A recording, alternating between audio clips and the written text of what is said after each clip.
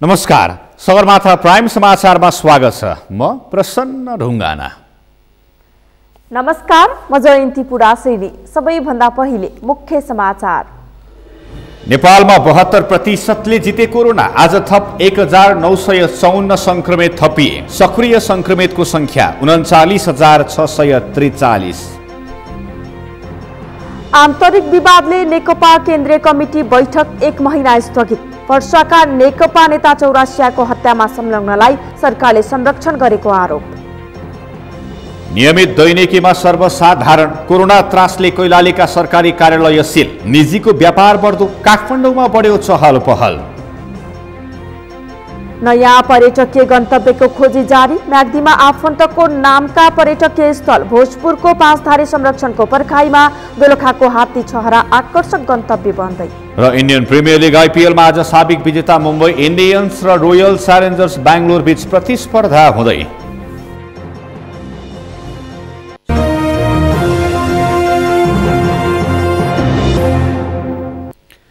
Sagarmatha prime समाचार अब विस्तारमा। बितेको 24 घण्टामा देशभर थप 1954 जनामा कोरोना भाइरस संक्रमण पुष्टि भएको छ। यो सँगै नेपालमा कोरोना संक्रमितको संख्या 1,62,354 पुगेको छ। काठमाडौँ उपत्यकामा मात्रै थप 843 संक्रमित थपिएका छन्। पछिल्लो 24 घण्टामा 8,248 नमुनाको पीसीआर परीक्षण भएको छ। केशव शर्माको रिपोर्ट। नेपालमा थप 1954 जनामा कोरोना संक्रमण पुष्टि भएको छ। देशभरका विभिन्न प्रयोगशालामा पछिल्लो 24 घण्टामा 8,248 जनाको पीसीआर परीक्षण गर्दा 1,954 जनामा कोरोना संक्रमण पुष्टि भएको स्वास्थ्य तथा जनसङ्ख्या मन्त्रालयका प्रवक्ता डाक्टर जागेश्वर गौतमले जानकारी दिएका छन्। काठमाडौँ उपत्यकामा मात्रै थप 843 जनामा कोरोना संक्रमण पुष्टि भएको छ। स्वास्थ्य मन्त्रालयका अनुसार काठमाडौँमा 696, भक्तपुरमा 29 र ललितपुरमा 118 जनामा संक्रमण पुष्टि भएको हो। नेपालमा आजको पीसीआर जम्मा 8,248 गरी जम्मा 14,09,295 परीक्षण भएको छ। गत 24 घण्टामा नयाँ संक्रमितको संख्या 1,954 रहेको छ। उपत्यका मध्ये काठमाडौँमा 696, भक्तपुरमा 29 र ललितपुरमा 118 गरी जम्मा संक्रमितको संख्या 843 छ। मन्त्रालयका अनुसार हाल देशभर सक्रिय संक्रमितको संख्या 39,643 रहेको छ, जसमा संस्थागत आइसोलेसनमा 7,709 र होम आइसोलेसनमा 31,934 जना रहेका छन्। यस्तै बितेको 24 घण्टामा थप 2,981 जना कोरोना संक्रमण मुक्त भएका छन्। यो सँगै देशभर कोरोना संक्रमण मुक्त हुनेको कुल संख्या 1,21,824 पुगेको छ। यस्तै हालसम्म कोरोनाबाट मृत्यु हुनेको संख्या 887 पुगेको छ। पछिल्लो 24 घण्टामा मात्रै 11 जनाको मृत्यु भएको मन्त्रालयले जनाएको छ। स्वास्थ्य तथा जनसङ्ख्या मन्त्रालयले दैनिक प्रेस ब्रिफिङ गरेर संक्रमितको जानकारी दिने गरेकोमा अबदेखि दैनिक कोभिड-19 प्रेस ब्रिफिङ नगर्ने भएको छ। दशैंका समयमा केही दिन रोकिएको प्रेस ब्रिफिङ बुधबार भएको थियो। बिहिबारदेखि भने दैनिक ब्रिफिङ नहुने मन्त्रालयका प्रवक्ता गौतमले जानकारी दिएका छन्। उनका अनुसार अब सातामा 2 दिन आइतबार र बुधबार कोभिड-19 प्रेस ब्रिफिङ हुनेछ। अरू दिनको सूचना मन्त्रालयको वेबसाइट, भाइबर ग्रुप र सामाजिक सञ्जालमा दिइने उनले जानकारी दिएका छन्। सगरमाथा टेलिभिजनका लागि केशव शर्मा, काठमाडौँ। डडेलधुरा अस्पतालमा आइसियु नहुँदा कोरोना संक्रमितले उपचारै नपाउने समस्या भएको छ। सङ्घ सरकार अन्तर्गत विशेषज्ञ चिकित्सक सहितको सुदूरपश्चिमको एकमात्र अस्पतालमा आइसियु सेवा नहुँदा प्रदेश अस्पतालमा रेफर गर्न पर्ने बाध्यता छ। डडेलधुराबाट हर्कचन्दको रिपोर्ट। डडेलधुराको अमरगढीका 2 जनालाई कोरोना संक्रमणपछि श्वास प्रश्वासमा समस्या भयो। जिल्ला सदरमुकामका चर्चित व्यापारी र जिल्लाका एक सरकारी कार्यालयका प्रमुखले नै आइसियु नपाएपछि हतारमा अन्यत्र रेफर गर्नु पर्यो। सङ्घ अन्तर्गतको सुदूरपश्चिम प्रदेशको एकमात्र डडेलधुरा अस्पतालमा अक्सिजन समेत नभएपछि स्थानीयले समस्या खेप्नु परेको छ। यहाँका कोरोना संक्रमितलाई सामान्य स्वास्थ्यमा समस्या देखिए 6-7 घण्टा दूरीमा रहेको धनगढी वा नेपालगञ्ज पठाउनु पर्ने बाध्यता छ। कोभिड-19बाट ग्रसित व्यक्ति चाहिँ बाटोमै पनि मृत्यु हुन सक्ने सम्भावना रहेकोले डडेलधुराका लागि भेन्टिलेटर आइसियु हुन एकदमै नितान्त आवश्यक छ। यसका लागि चाहिँ स्थानीय तहबाट एकदमै पहल हुनुपर्छ। घाँसबासको कपासित स्वास्थ्य र रोजगारी 5 कुराहरू मानव अधिकार अन्तर्गतको मुख्य मौलिक अधिकार अन्तर्गतको क्षेत्र हो। यी कुराहरूलाई अब आवश्यक रूपमा हाम्रो स्थानीय सरकारले पनि दिनुपर्छ र अस्पताल व्यवस्थापन समितिले पनि तुरुन्तै तपाईँको यो भेन्टिलेटरको लागि जो टेन्डर गरेको छ टेन्डर गर्ने मान्छे र सप्लायरसँग तुरुन्तै तपाईँको सप्लाई गरेर इन्स्टल गर्न सक्यो भने हाम्रो पहाडी 7वटा जिल्लाहरूको लागि जनजीवनमा अलिक सजिलो हुन्थ्यो। स्वास्थ्य तथा जनसङ्ख्या मन्त्रालयले कोरोना उपचारका लागि डडेलधुरा अस्पतालमा 3 करोड रकम पठाएको छ। मन्त्रालयले आइसियु र भेन्टिलेटर सहित अन्य व्यवस्थापनका लागि अस्पतालमा बजेट पठाए पनि तोकिएका सुविधा भने सुरु गर्न सकिएको छैन। अस्पतालमा 5वटा भेन्टिलेटर सहित 15वटा आइसियुको व्यवस्थापनका लागि बजेट पुगेको छ। अस्पताल प्रशासनले भने तिहार लगत्तै आइसियु र भेन्टिलेटर सुविधा सुरु हुने जनाएको छ। हामीले केही अपरेसन गरेपछि अप्ठ्यारो पर्ने बिरामीलाई भेन्टिलेटर त कहिलेकाहीँ युज गर्छौँ, तर कोभिड बिरामीको लागि आइसियु सेटअप छुट्टै गर्नलाई सबैभन्दा ठुलो च्यालेन्जिङ यहाँको ठाउँ छ। र अर्को चाहिँ सामान इक्विपमेन्टहरूको पनि टेन्डर चाहिँ भइसकेको छ र त्यो लगभग 15 दिनदेखि 1 महिनाभित्र चाहिँ सामग्रीहरू आइपुग्छ र तत्कालै इन्स्टलेसन हुन्छ। र त्यो बेलासम्म चाहिँ हामीले अहिले भएकै अन्तरङ्ग कक्षमध्ये एउटालाई चाहिँ आइसियुको रूपमा प्रयोग गर्ने र सम्भवतः तिहार पछिसम्म चाहिँ हामी भेन्टिलेटर सहित आइसियु सेटअप चाहिँ पूर्ण रूपमा चाहिँ सञ्चालन गर्ने गरी चाहिँ हामी लागि परेका छौँ। सुदूरपश्चिममा अहिले प्रदेशकै रेफरल सेती प्रादेशिक अस्पताल र महाकाली अस्पतालमा मात्र आइसियु सेवा उपलब्ध छ। डडेलधुरा अस्पतालमा कोरोना संक्रमित र अन्य बिरामीका लागि छुट्टा छुट्टै शय्या व्यवस्थापन गरिएको छैन। थप आइसियुका बेड थप्ने तयारी भए पनि ढिलाइ हुँदा गम्भीर प्रकृतिका बिरामीलाई अन्यत्रै पठाउनु पर्ने अवस्था कायम छ। सङ्घ सरकारले बजेट दिएपछि त्यसको सदुपयोग गर्दै आइसियु र भेन्टिलेटर सेवा सुरु गरे सुदूरपश्चिम प्रदेशका 7वटा पहाडी जिल्लाका बासिन्दाले राहत महसुस गर्ने थिए। सगरमाथा टेलिभिजनका लागि डडेलधुराबाट हर्कचन्दको रिपोर्ट। यसै साताका लागि बोलाइएको नेकपाको केन्द्रीय समिति बैठक 1 महिनापछि बस्ने गरी स्थगित गरिएको छ। कोरोना महामारीको त्रास कायमै रहेका कारण केन्द्रीय समिति बैठक स्थगित गरिएको जनाइएको छ। आगामी चैतमा हुने भनिएको महाधिवेशनको तयारीको एजेन्डा सहित बोलाइएको केन्द्रीय समिति बैठक स्थगित भएसँगै यही वर्ष महाधिवेशन हुनेमा समेत आशंका सुरु भएको छ। अमृत राज काफ्लेको रिपोर्ट। नेकपाभित्र तीव्र विवाद बढेका बेला नेकपाले गठन गरेको कार्यदलको सिफारिस अनुसार आगामी चैतमा पार्टीको महाधिवेशन गर्ने र त्यसको तयारीका लागि नेकपा केन्द्रीय समिति बैठक बोलाइएको थियो। कार्तिक 15 गतेका लागि बोलाइएको नेकपा केन्द्रीय समिति बैठकले आगामी महाधिवेशनको कार्यतालिका लगायतका विषयमा छलफल गर्ने एजेन्डा थियो। चैतमा महाधिवेशन गर्ने र महाधिवेशनपछि एकल अध्यक्ष प्रणालीमा जाने करिब निश्चित भइसकेको अवस्थामा बोलाइएको केन्द्रीय समिति बैठकले यसबारे आवश्यक निर्णय लिने अपेक्षा समेत छ। यसअघि प्रधानमन्त्री कार्यालयका सुरक्षाकर्मी लगायत 70 भन्दा बढीलाई कोरोना संक्रमण देखिएपछि नेकपा सचिवालय बैठक समेत स्थगित भएको थियो। अहिले समेत कोरोना महामारीको प्रकोप बढेको र केन्द्रीय समिति बैठक बस्दा जोखिम बढ्ने भन्दै नेकपा केन्द्रीय समिति बैठक मङ्सिर 15 गतेका लागि स्थगित गरिएको नेकपाले जनाएको छ। नेकपा केन्द्रीय समिति बैठकमा महाधिवेशनको एजेन्डा मुख्य रूपमा रहेको भए पनि पछिल्लो विकसित घटनाक्रमका बारेमा समेत नेकपाभित्र बहस हुने अवस्था छ।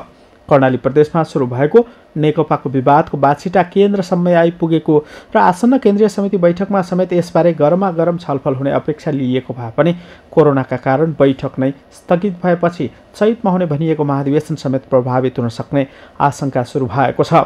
नेकपाको महाधिवेशन सहमतीय प्रणाली मार्फत गर्ने विषयमा नेकपाभित्र एकखाले सहमति भएको भए पनि पछिल्लो समय भने प्रतिस्पर्धात्मक प्रणालीबाटै महाधिवेशन गर्ने विषय नेकपाभित्र उठिरहेको छ। कोरोना महामारीका कारण अब तोकिएकै मितिमा महाधिवेशन हुनेमा समेत आशंका सुरु भएको छ। अर्को ठुलो दल नेपाली काङ्ग्रेसको समेत आगामी फागुनमा महाधिवेशन गर्ने निर्णय काङ्ग्रेसले गरेको थियो। तर कोरोना महामारीका कारण सदस्यता वितरण र नवीकरण नै प्रभावित बनेपछि काङ्ग्रेसले भने महाधिवेशनको मिति सार्ने विषयमा छलफल सुरु गरिसकेको छ। केन्द्रीय समिति बैठक मार्फत फागुनको महाधिवेशनको मिति सार्ने निर्णय गर्ने तयारीका लागि काङ्ग्रेसले 10 अघि बोलाएको केन्द्रीय समिति बैठक कोरोनाकै कारण प्रभावित बनिरहेको छ। काङ्ग्रेसका केही केन्द्रीय सदस्यहरूलाई कोरोना संक्रमण भएपछि कोरोना संक्रमण देखिएपछि काङ्ग्रेसको केन्द्रीय समिति बैठक नै प्रभावित बनेको छ। सगरमाथा टेलिभिजनका लागि क्यामेरामा सुरेन्द्र रावतका साथमा अमृत राज काफले, काठमाडौँ। नेकपा पर्साका जिल्ला सदस्य मुकेश चौरासियाको आफ्नै पार्टीका नेताबाट हत्या भएको भन्दै तनाव उत्पन्न भएको छ। चौरासिया हत्या प्रकरणको किटानी जाहेरी प्रहरीले नलिएपछि सब नै नबुझी आफन्तहरू आन्दोलनमा छन्। सरकारले दोषीलाई बचाउने खेलमा लागेको मृतकका आफन्तको आरोप छ। पर्साबाट नरेश सर्राफको रिपोर्ट। गत हप्ताको बिहिबार नेकपा बिन्दवासिनी गाउँ कमिटीको शपथ ग्रहणमा झडप हुँदा मारिएका मुकेश चौरासियाको शव अहिलेसम्म आफन्तले बुझेका छैनन्। हत्यामा संलग्न 9 जना विरुद्ध आफन्तले लगिएको किटानी जाहेरी प्रहरीले दर्ता गर्न अस्वीकार गरेपछि आन्दोलन झन गहिरो भइरहेको छ। सत्तारूढ नेकपाको सरकार विरुद्ध यति बेला पर्साका नेकपा नेता कार्यकर्ता आन्दोलन चर्काइरहेका छन्। कर्णाली प्रदेशमा आफ्नै पार्टीका मुख्यमन्त्री विरुद्ध अविश्वास प्रस्ताव ल्याएपछि भएको ध्रुवीकरण जस्तै हत्याको घटनामा समेत नेकपामा अध्यक्ष समेत रहेका प्रधानमन्त्री ओली र अर्का अध्यक्ष पुष्पकमल दाहाल र माधव नेपाल सहितका वरिष्ठ नेताहरू फरक मोर्चामा छन्। तर प्रहरीले शक्ति र सत्तालाई प्राथमिक बनाउँदा हत्या विरुद्धको किटानी जाहेरी समेत पर्सा प्रहरीकी प्रमुख एसपी गंगा पन्तले बुझ्न मानेकी छैनन्। त्यसैले नेकपा नेता तथा कार्यकर्ताहरू आजदेखि वीरगञ्जमा प्रदर्शन, चक्काजाम सहित एसपी गंगा पन्तको पुतला दहनमा उत्रिएका छन्।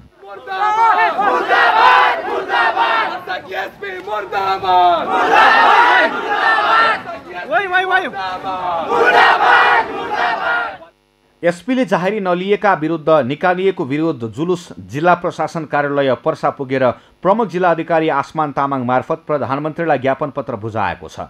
ज्ञापन पत्रमा चौरासिया हत्यामा संलग्न दोषीमाथि मुद्दा दर्ता गरी कडा कारबाहीको माग गरिएको छ। नेकपा वीरगञ्ज महानगरपालिका इन्चार्ज रोहबर अन्सारीले कानुनी राज्यमा न्याय माग्नु अपराध हो भनेर प्रधानमन्त्रीलाई प्रश्न गर्दै पीडितले न्याय पाउने संवैधानिक र कानुनी अधिकार नखोज्न चेतावनी दिएका छन्। उनले पर्साकी एसपी पन्तले पीडित परिवारलाई न्यायको सट्टा धम्की दिएको बताएका छन्। जाहेरी दरखास्त हामी पीडितले दिन पाउने संवैधानिक र कानुनी अधिकार हो, त्यसमा बन्देज किन लगाइँदैछ? जाहेरीमा परेका नामावलीमा अपराधी नहोस् न निरपराधी एउटा पनि नपरोस्, तर अमुक एउटा व्यक्तिको नामलाई जाहेरीबाट हटाउन पर्सा प्रहरी उपरीक्षक डर, धाक, धम्की समेतको प्रयोग गरिरहनु भएको छ। उहाँलाई त्यस अमुक व्यक्तिप्रतिको यतिको मोह र नाम हटाउन यति कठोर प्रण किन र त्यस पछाडिको निहित स्वार्थ के हो जसले पीडित परिवारलाई अझै पीडा दिने काम गरिरहेको छ? आक्रोशित पीडित परिवार र नेकपा समर्थकहरूले 2वटा पुतला बनाएर जिल्ला प्रशासन कार्यालयको गेट अगाडि र घण्टाघर बीच 2 ठाउँमा जलाए पनि शान्ति सुरक्षाका लागि खटिएको प्रहरी प्रशासन भने मुखदर्शक बनेको थियो। एसपीले मुद्दा दर्ता नगरे थप आन्दोलन चर्काउँदै जाने उनीहरूले चेतावनी समेत दिएका छन्। कर्णाली प्रदेशमा विवाद आउँदा प्रधानमन्त्री समेत रहेका अध्यक्ष केपी शर्मा ओली र अर्का अध्यक्ष दाहाल र वरिष्ठ नेता नेपालबीच पटक पटक वार्ता भएको थियो। तर पर्साका जिल्ला सदस्य चौरासियाको हत्या हुँदा माधव नेता पक्षीय अध्यक्ष प्रचण्डले विज्ञप्ति जारी गरेर विरोध जनाए पनि प्रधानमन्त्रीबाट कुनै टिप्पणी समेत आएको छैन। हत्याराको संरक्षण गरेको गम्भीर आरोप लाग्दा समेत प्रधानमन्त्री र उनको सचिवालयले अहिलेसम्म यसमा आफ्नो धारणा राख्न आवश्यक सम्झेको छैन। सगरमाथा टेलिभिजनका लागि पर्साबाट नरेश सर्राफको रिपोर्ट। सगरमाथा प्राइम समाचारमा एकैछिन विश्रामपछि नियमित दैनिकीमा सर्वसाधारण कोरोना त्रासले कैलालीका सरकारी कार्यालय सील, निजीको व्यापार बढ्दो, काठमाडौँमा चहल पहल बढ्यो।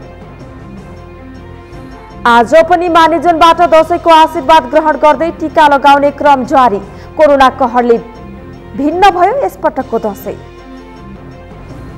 र नयाँ पर्यटकीय गन्तव्यको खोजी जारी, म्याग्दीमा आफन्तको नामका पर्यटकीय स्थल भोजपुरको बाँसधारे संरक्षणको पर्खाइमा दोलखाको हात्ती छहरा आकर्षक।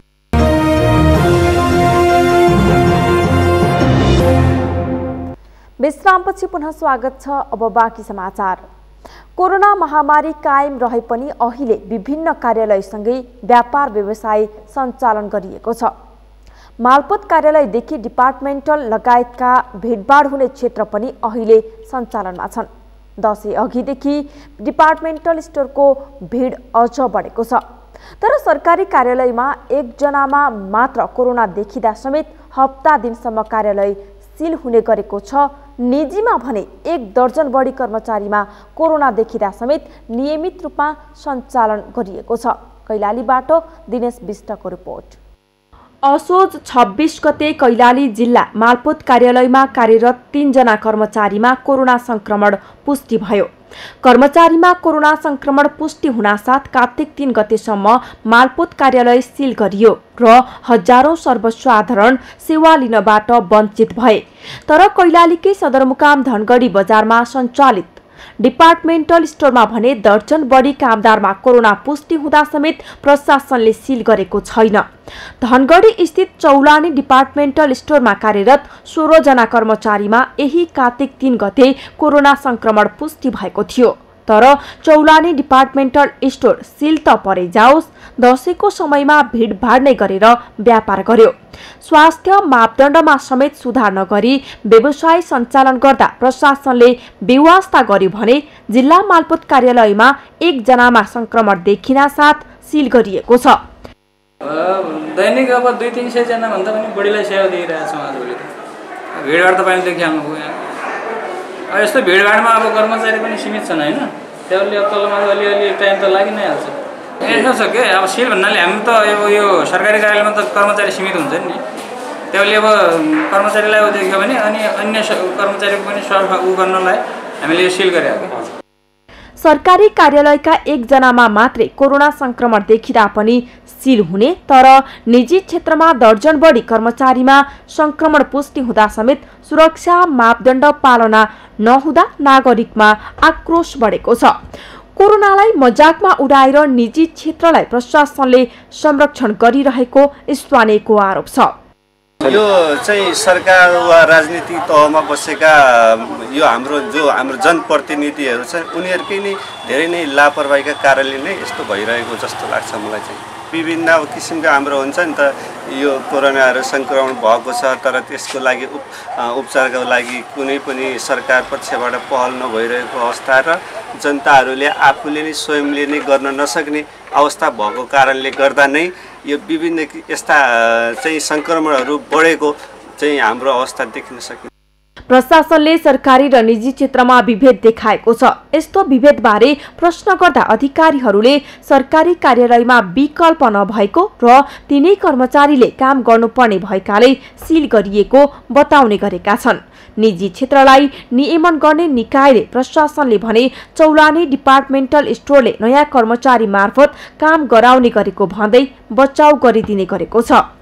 कहिलेकाहीँ चाहिँ के हुन्छ भने 3-4वटा कम कर्मचारी रहेको र धेरै भिडभाड हुने र कर्मचारीहरूको के अरे संसर्ग चाहिँ बढिरहने ठाउँमा चाहिँ बढी सचेत हुनुपर्ने अवस्था हुन्छ।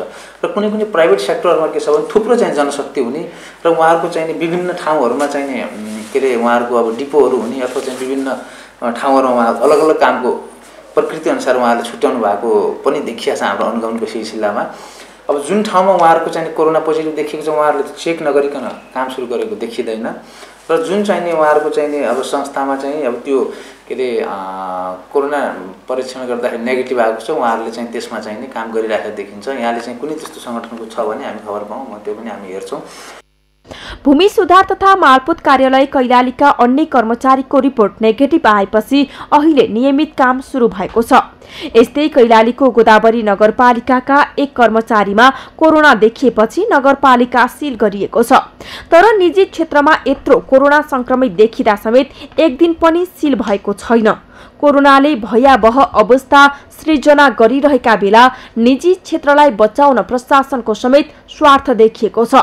सरकारी कार्यालय सिल हुने, तर कोरोनाले भयावह रूप लिँदा समेत निजी क्षेत्रलाई सिल नगर्दा भोलि आउने समस्याको जिम्मेवारी कसले लिने भन्ने प्रश्न उठेको छ। सगरमाथा टेलिभिजनका लागि कैलालीबाट दिनेश विष्टको रिपोर्ट। फुलपातीदेखि सुनसान प्राय बनेको काठमाडौँ उपत्यका दशैं मनाउन गएकाहरू फर्किएसँगै फेरि पुरानो स्वरूपमा फर्कँदो छ। दशैंमा कम भएको यातायात र मानिसको चहल पहल क्रमशः बढ्न थालेको छ। मानिसको चहल पहलसँगै आजदेखि सरकारी बिदा सकिएसँगै कार्यालय समेत खुलेका छन्। कस्तो देखियो आज काठमाडौँ? पुष्कर खतिवडाको रिपोर्ट। आश्विन शुक्ल द्वादशीदेखि सरकारी बिदा सकिएसँगै सरकारी कार्यालयहरू खुलेका छन्। यो सँगै दशैं मान्न उपत्यका बाहिरिएकाहरू आउने क्रम बढेपछि काठमाडौँमा चहल पहल सुरु भएको छ।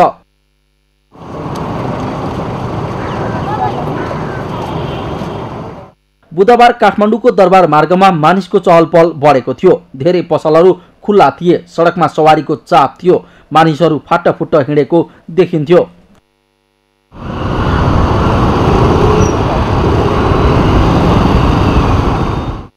दरबार मार्गमा मात्र होइन, रत्न पार्कमा समेत चहल पहल बढेको देखियो। राजधानी आएका कतिपय टीका जमरा लगाएर आफ्नो कामकाजमा निस्कनेहरू देखिन्थे। ललितपुरको पाटनमा समेत मानिसको चहल पहल बढेको छ। यसपटक आफन्तकोमा जान नपाएकाहरू नजिकको स्थानमा घुम्न निस्किएका छन्। यसपटक अघिल्ला वर्ष चाहिँ सार्वजनिक सवारीको प्रयोग गर्नेको संख्या कम छ। कोरोनाको डरले धेरै मानिस सार्वजनिक यातायातको सट्टा निजी सवारी प्रयोग गरेका छन्, जसले मानिसको चहल पहल बढे पनि सार्वजनिक यातायातमा यात्रु नभएको चालक बताउँछन्। पहिला चाहिँ तपाईँको मान्छे हुन्थ्यो, अहिले चाहिँ सायद जहाँसम्म लाग्छ यो कोरोनाको कारणले नै होला सर। अहिले प्यासेन्जरहरू छैन, अलिक कम मात्रामा छ। बुधबारदेखि सरकारी बिदा सकिएसँगै कार्यालयहरू खुल्ला भएका छन्। काठमाडौँ उपत्यका शहरी विकास प्राधिकरण, लोकसेवा आयोग, सिंहदरबार वैद्यखाना, महालेखा नियन्त्रकको कार्यालय बुधबार खुलेका थिए। यस अलावा गोसवारा हुलाक कार्यालय, भूमि सुधार तथा मालपोत कार्यालय, नेपाल विद्युत प्राधिकरणको वितरण केन्द्रहरू, काठमाडौँ महानगरपालिका र वडा कार्यालय सहित ब्याङ्कहरू पनि खुल्ला थिए। यसरी बिदा सकिएसँगै दशैं उपत्यकाबाट बाहिरिएका सवारी भित्रिन थालेका छन्। सडकमा बिस्तारै सवारीको चाप बढ्दो छ। यसपटक दशैंमा आफन्तकोमा जानेको संख्या कम भएको छ। यसमा कोरोनाको त्रास नै मुख्य कारण रहेको सर्वसाधारण बताउँछन्। संसारभरि नै अलिकति एउटा कोरोनाले अलिकति गाह्रो बनाएको छ कि अहिले। कोरोनाले कस्तो भने अब हामी जति खुलेर हिँड्छौँ हामी त्यो हामी हिँड्न सकेका छैनौँ। किनभने अब कसलाई कोरोना लागेको छ, जस्तै मलाई लागेको छ कि अरू लागेको छ कि त्यो थाहा हुँदैन कि त्यो। त्यसले गर्दाखेरि मान्छेले कस्तो भने भित्रबाट एउटा डर जस्तो भइरहेछ अहिले। सबैलाई रोग लाग्छ भनेर डरले अब बाहिर ननिस्किने र होइन, मेरो विचारले चाहिँ यो गरेको ठिक छैन जस्तो। किनभने अब सबै बाहिर जानुपर्ने, दसैँ मनाउनु पर्ने मान्छेहरूलाई यो त्यतिको राम्रो लागेन। कोरोना कहरका बीच यसपटकको दशैं समापन उन्मुख छ। यो दशैंमा मानिसहरू आफन्तकोमा जान नपाएपछि आपसमा बसेर कुरा गर्नेहरू बढेका छन्। कोही परिवारसहित घुम्न निस्किएका छन्। समग्रमा दशैंको रौनक दशमी र एकादशीमा मात्र सीमित बनेपछि 2077 सालको यो दशैं परिवारभित्रै सीमित बनेको छ। सगरमाथा टेलिभिजनका लागि क्यामेरामा उत्सव वाग्लेका साथमा पुष्कर खतिवडा, काठमाडौँ। विजया दशमीको तेस्रो दिन पनि मान्यजनबाट जमरा र आशीर्वाद ग्रहण गर्दै टीका लगाउने क्रम जारी रहेको छ। आश्विन शुक्ल दशमीका दिन बुधबार पनि मान्यजनबाट नवदुर्गाको प्रसाद ग्रहण गर्ने क्रम जारी रहेको हो। घटस्थापनाका दिन दशैं घरमा विधिपूर्वक स्थापना गरी 9 दिनसम्म दुर्गा भवानीको पूजा आराधना गरिएको टीका र प्रसाद अग्रजको हातबाट आशीर्वादका साथ ग्रहण गर्ने क्रम कोजाग्रत पूर्णिमाका दिनसम्म जारी रहने गर्दछ।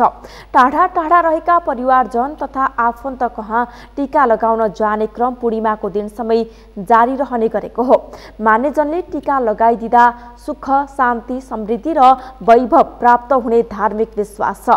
परिवारमा टीका लगाएपछि कुल कुटुम्ब र आफन्तजनसँग टीका लगाउन जाने परम्परा छ। यो क्रम 5 दिनसम्म अर्थात् कोजाग्रत पूर्णिमासम्मै चल्ने गर्दछ।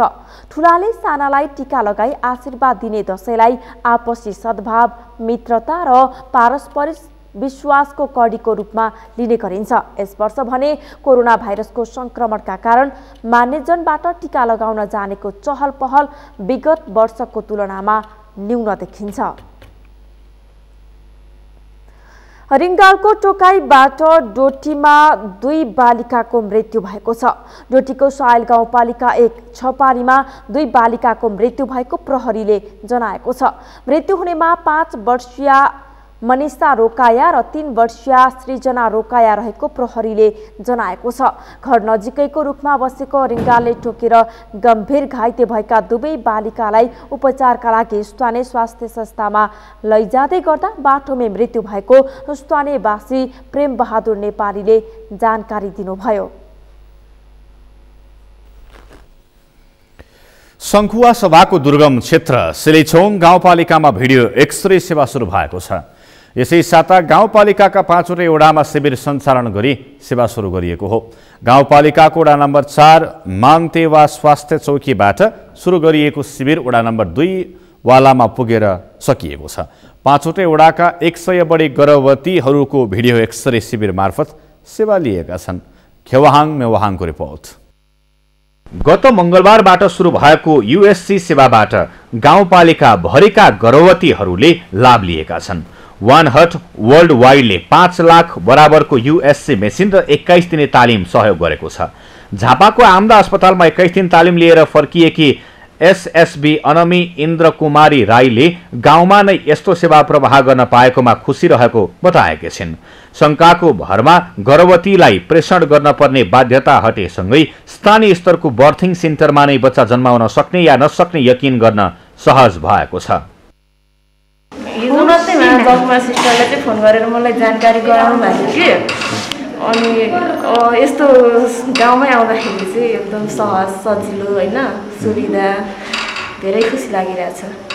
यस सेवा मार्फत आमा र बच्चाको मृत्युदरमा समेत कम हुने विश्वास गरिएको छ। धेरै खर्च गरेर सदरमुकाम खाँदबारी गएर भिडियो एक्सरे गरेर बच्चाको अवस्थाबारे जानकारी लिन पर्ने बाध्यता पनि हटेको छ। गर्भवतीहरू गाउँमा नै यस्तो सेवा पाएकोमा मक्ख छन्।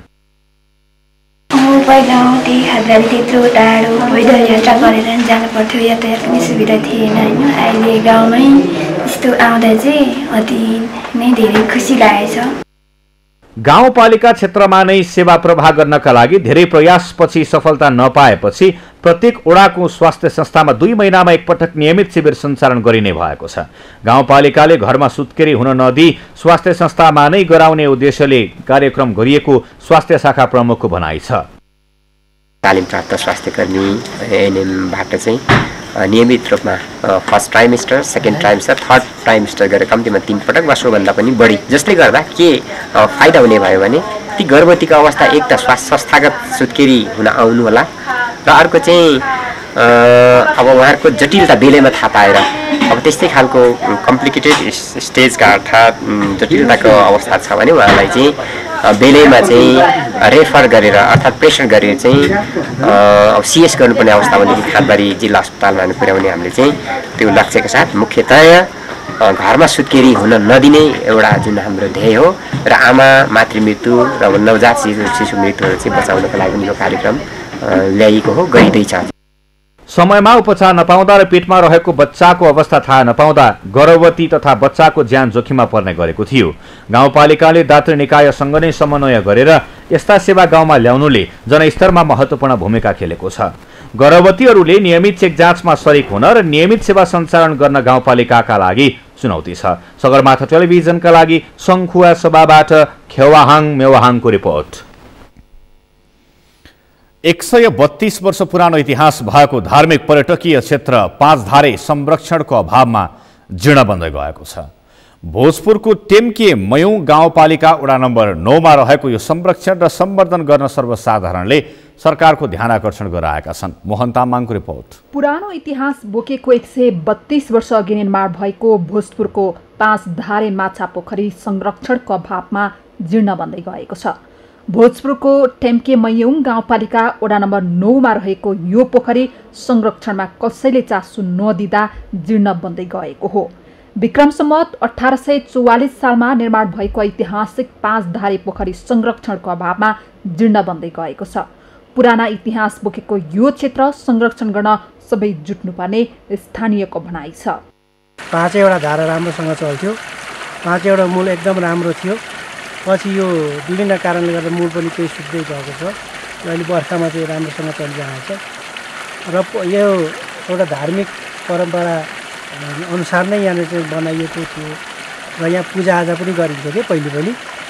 अनि यहाँ पूजाआजा गर्दाखेरि चाहिँ यहाँको नाग नगिनीहरूले चाहिँ यहाँको मान्छेलाई रक्षा गर्छन् भन्ने धार्मिक मान्यता थियो। विभिन्न समयमा विभिन्न दलका पार्टी आए पनि यस्ता ऐतिहासिक क्षेत्रलाई कसैले पनि वास्ता नगरेको कारण जीर्ण बनेको छ। यो क्षेत्रको संरक्षणका नाममा अहिलेसम्म 7,000 रुपैयाँ मात्रै खर्च भएको छ। 51-52 सालतिरको संसद धनहर्क राईज्यूबाट 7,000 पर्याप्त भएर यो बाहिर प्लास्टर गर्ने काम गऱ्यौँ। स्थानीय सरकारहरूले चाहिँ यसलाई चासो नदिँदाखेरि यस्तो अब भनौँ न धेरै 100 वर्षभन्दा माथिको यस्तो धार्मिक स्थलहरू यस्तो जीर्ण अवस्थामा छ।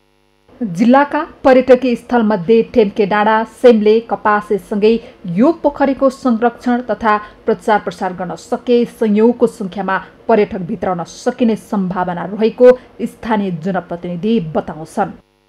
यसपालिको 77-78 को बजेटमा टेम्केमाई गाउँपालिकाको तर्फबाट यो पाँचधारे पोखरीलाई पर्यटन प्रवर्धन बनाउनको निम्ति 14 लाख रुपियाँ विनियोजन गरेका छौँ। ओडाको तर्फबाट पनि गर्ने कुराहरू भइ नै रहेको छ र सम्बन्धित निकायहरूमा गर्नुपर्ने समन्वयहरू हामी स्थानीय तहको तर्फबाट र स्थानीयवासीहरूको तर्फबाट पनि जोरदारका साथ पहल भइरहेको छ।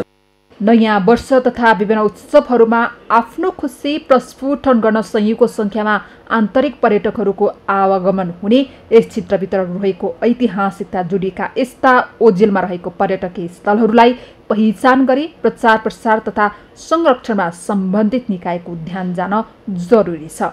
यस्ता क्षेत्रहरूलाई सम्बन्धित निकायहरूले चासो दिएर संरक्षण तथा प्रवर्धन गर्न सके आन्तरिक तथा बाह्य पर्यटकहरूको बाक्लो उपस्थिति हुने देखिन्छ। सगरमाथा टेलिभिजनका लागि भोजपुरबाट मोहन तामाङको रिपोर्ट। हात्ती छहरा दोलखाको परिचित झरना हो। सडक सञ्जालबाट टाढा रहेको यो झरनासम्म पुग्ने बाटो खनिएपछि धेरैको रोजाइको क्षेत्र बनेको छ। यो रमणीय झरना हेर्नका लागि दैनिक धेरै मानिसहरू आउन थालेका छन्। कैलाश लामाको रिपोर्ट। हात्ती छहरा धेरै अघिदेखिको चर्चित छहराको नाम हो। यो यस्तो छहरा हो जहाँ केही समय अघिसम्म मानिसहरू जान डराउँथे। धार्मिक महत्त्वको यो अग्लो पहाडबाट खसेको झरना आसपास वनझाँक्रीले बास गर्ने जनविश्वास र सहज मार्ग नहुँदा जो कोहीलाई सहजै पुग्न मुस्किल थियो। त्यसैले टाढाबाटै हेरेर चित्त बुझाउनु पर्ने स्थिति थियो। तर अहिले समय फेरिएको छ। दोलखाको भीमेश्वर नगरपालिकामा अवस्थित यस छहरामा पुग्ने सडक तथा पैदल मार्ग निर्माण भएसँगै आन्तरिक तथा बाह्य पर्यटकको आगमन बढ्न थालेको छ। प्राकृतिक धार्मिक महत्त्व पुगेको झरना हो। यहाँ चाहिँ हामी प्रायः जसो आइरहेको हुन्छौँ। यो वर्षमा पनि म 2 चोटि आइसकेँ। यहाँनिर चाहिँ पहिला बाटो थिएन, तैपनि अहिले बाटो सहज बनेको कारणले म्याक्सिमम पर्यटकहरू चाहिँ आउने गरेको छ। अहिले हाम्रो यो पैदल मार्गको बाटो बनिसकेपछि चाहिँ हाम्रो छाराको लागि एकदम शुक्रबार र शनिबार चाहिँ भिडान आइरहेको छ। अलिकति निगालो घारी थियो, पहिला त्यहाँ नै पुग्नु नसक्ने थियो। अहिले बाटो राम्रो बनाइसकेपछि राम्ररी आउनुहुन्छ, राम्ररी जानुहुन्छ। धेरै रमाइलो ठाउँ भन्नुहुन्छ सबैजनाले। समुद्री सतहबाट करिब 2600 मिटरमा अवस्थित यो झरना टाढाबाट हेर्दा जति मजा आउँछ नजिक पुग्दा झन् अलौकिक महसुस हुन्छ। स्थानीयका अनुसार चर्नावती सामुदायिक वन क्षेत्रको भिरकुना आसपासका 5 मुहानको पानी यस झरनाबाट खस्ने गर्छ। हात्ती छहरामा विभिन्न देवी देवतासहित भगवान महादेवको उपस्थिति भएको जनविश्वास छ। आसपासका क्षेत्रमा चौरी गोठ राख्दा तथा कालिन्चोक मन्दिर जाँदा हात्ती छहराको पूजा गर्ने चलन थियो। माथिबाट जाँदाखेरि त्यहाँको देउताले छोप्दाखेरि उनीहरूले बोलाउने सेरगाउँ गर्ने यताउति झप्पै छोप्छ। त्यो झारहरूले माथि चौर जाँदाखेरि आज बिचमै गोरो ड्रिलमै छोप्छ। महादेव पहिला महादेव त्यहाँ दुबाल्दा महादेवले हाल्नुपर्छ। फेरि त्यहाँ 3 कन्ने 5 कन्ने महादेव भनेर हाल्नुपर्छ। अनि त्यो वनझाँक्री सुनझाँक्री भनेशकाण्डी भनेर हाल्नुपर्छ। अनि त्यहाँको देउताहरूलाई यहाँ हामी घरको यहाँ गोठ्नु दुबाल्दा पनि हामीले हाल्छ, त्यो हालिआए हुन्छ। हुन त दोलखा जिल्लामा धेरै खालका छहराहरू छन्, तर यो फरक खालको एकैछिनमा खुल्ने एकैछिनमा चाहिँ बन्द हुने अनि मान्छेको मन तानिरहने बसिरहँ जस्तो लाग्ने चाहिँ यहाँको छहरा भएको हुनाले म पटक लगभग 2-3 पटक भइसक्यो यहाँ आएको। सदरमुकाम चरीकोटबाट 1 घण्टाको सडक मार्ग र 2 घण्टाको पैदल मार्गपछि यो ठाउँ पुग्न सकिन्छ। यो ठाउँ जान भीमेश्वर नगरपालिका वडा नम्बर 7 को मगरटोल र वडा नम्बर 8 को थलनागीबाट पैदल मार्ग तय गर्नुपर्दछ। यो झरनाको संरक्षण गर्न स्थानीय प्रशासन पनि सक्रिय भएको छ। आगामी वर्षको लक्ष्य भनेको त्यो बाँकी रहेको हाइकिङ रुट र पदमार्ग दुईटैलाई पुरा गर्ने र यता चरङ्गी खोलामा चाहिँ झोलुङ्गे पुल हाल्ने त्यो हाम्रो लक्ष्य रहेको छ। हात्ती छहराको साइडबाट चाहिँ रक क्लाइम्बिङको लागि चाहिँ हामीले त्यसको सर्वेक्षण पनि गराएका छौँ र सर्वेक्षणले दक्षिण एसियाकै लेभलको चाहिँ त्यो एउटा रक क्लाइम्बिङको गन्तव्य हुन्छ भन्ने कुरा देखिएको छ र हामी त्यो चाहिँ रक क्लाइम्बिङका पूर्वाधार तयार गर्ने काम पनि हामी यो वर्ष गर्छौँ र त्यसलाई चाहिँ महत्त्वपूर्ण पर्यटकीय गन्तव्यको रूपमा विकास गर्छौँ। धेरै पहिलेदेखि विशेष महत्त्व बोकेको हात्तीछहराप्रति पछिल्लो समय जनसमुदायको आकर्षण बढ्दो छ। सबै नागरिकलाई हात्तीछहरासम्म सहजै पुग्न सकिने वातावरण बनाउने दायित्व समेत राज्यलाई थपिएको छ। यहाँको धार्मिक तथा प्राकृतिक महत्त्वलाई उजागर गर्दै यो क्षेत्रलाई राष्ट्रिय तथा अन्तर्राष्ट्रिय गन्तव्य बनाउन जरुरी छ। सगरमाथा टेलिभिजनको लागि कैलाश लामा, दोलखा। विश्वमा कोरोना संक्रमणका कारण हालसम्म मृत्यु हुनेको संख्या 11,73,000 नाघेको छ। यस सम्बन्धी समाचार हामी विश्रामपछि प्रस्तुत गर्नेछौँ। समयमै मलखाद उपलब्ध नहुँदा पाल्पामा धान उत्पादन घट्यो। असोजको वर्षाले मकै बालीमा पनि क्षति पुगेको किसानको गुनासो। र इन्डियन प्रिमियर लिग आइपिएलमा आज साबिक विजेता मुम्बई इन्डियन्स र रोयल च्यालेन्जर्स बेंगलोर बीच प्रतिस्पर्धा हुँदै।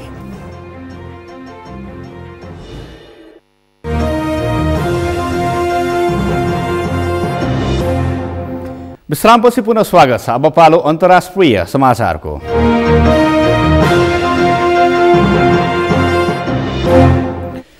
विश्वमा कोरोना संक्रमणका कारण हालसम्म मृत्यु हुनेको संख्या 11,73,000 नाघेको छ। यो समाचार तयार पार्दासम्म 4,43,57,000 बढीमा कोरोना संक्रमण पुष्टि भएको छ। विश्वमा 1,06,72,000 बढी सक्रिय संक्रमित छन्। 80,000 बढीको स्वास्थ्य अवस्था गम्भीर छ। केही राष्ट्रमा फेरि कोरोनाको संक्रमण फैलन थालेपछि त्रास पनि बढ्न थालेको छ। अहिलेसम्म 3,25,11,000 बढीमा कोरोना संक्रमण पुष्टि भएको छ। अब पालो अर्थ समाचारको। अर्थ समाचारका प्रायोजक हो आफ्नो विश्वास हो त्रिशक्ति सिमेन्ट। दशैं पर्व मनाएसँगै पाल्पाका किसानहरू फाँटहरूमा धान भित्र्याउन व्यस्त भएका छन्। किसानहरू वर्षभरिमै सबैभन्दा खुसी हुने समय बाली भित्र्याउँदा नै हो। तर रासायनिक मल अभावले पाल्पामा धान उत्पादनमा कमी आएपछि यसपटक किसानहरू खुसी हुन सकेका छैनन्। पाल्पाबाट किरण कौशलको रिपोर्ट। दशैं नसकिँदै धान भित्र्याउन कसिएका किसानहरूलाई बाली भित्र्याउँदा मिल्ने खुसी भने यसपटक मिलेको छैन। धान रोप्नु अघि र रोपिसकेपछि प्रयोग गर्ने रासायनिक मल अभावका कारण उत्पादनमा कमी आएपछि उनीहरूको खुसी खोसिएको हो। पर्याप्त वर्षा भएर सिँचाइ पुगे पनि धान रोप्ने र गोडमेल गर्ने बेलामा रासायनिक मलको अभाव भएकाले धान उत्पादनमा कमी आएको छ। पर्याप्त वर्षाले उत्साहित भएका किसानलाई धान फुल्ने समय असोजमा भएको अत्याधिक वर्षा भने अभिशाप बन्न पुग्यो। मल अभावले समस्या भइरहेका बेला वर्षाले धानको फूल बगाउँदा धान खेती सोचे जस्तो फल लाग्न सकेन। त्यसैले बाला नलाग्ने र रोग किरा प्रकोप पनि बढी देखिन पुग्यो। बेलामा खाद पाइएन, युरिया यो पाइएन। यो हाम्रो कमजोरी पनि होइन। अब सरकारले गर्नुपर्ने यो कुरा खास पर्नुपर्ने बेलामा भन्दा अलि पछि पर्यो। किनभने कोही फुल खेल्दै थियो, कोही नुम्नलाई तयार थियो। गत वर्ष पाल्पा जिल्लामा 30,400 मेट्रिक टन धान उत्पादन भएको थियो। अन्न भण्डारको रूपमा चिनिने माडी फाँट, अर्गली फाँट, झडेवा फाँट, कचल फाँट, सर्देवा फाँट, हुङ्गी फाँट र रामपुर फाँटमा धान भित्र्याउने चट्टारो रहेको छ। जिल्लामा 9,325 हेक्टर क्षेत्रफलमा धान खेती भएको छ।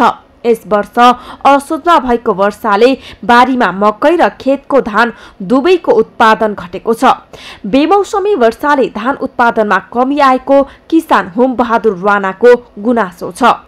मौसमको खेतको लागि पानी बढी भयो, चाहिने भन्दा बढी पानी पर्यो र समयमा मोल पाइएन। मोल पाए पनि यो साल ट्रेनिङले दिएको मोल काम लाग्दो भएन। त्यसकारणले खै असम त्यस्तै छ।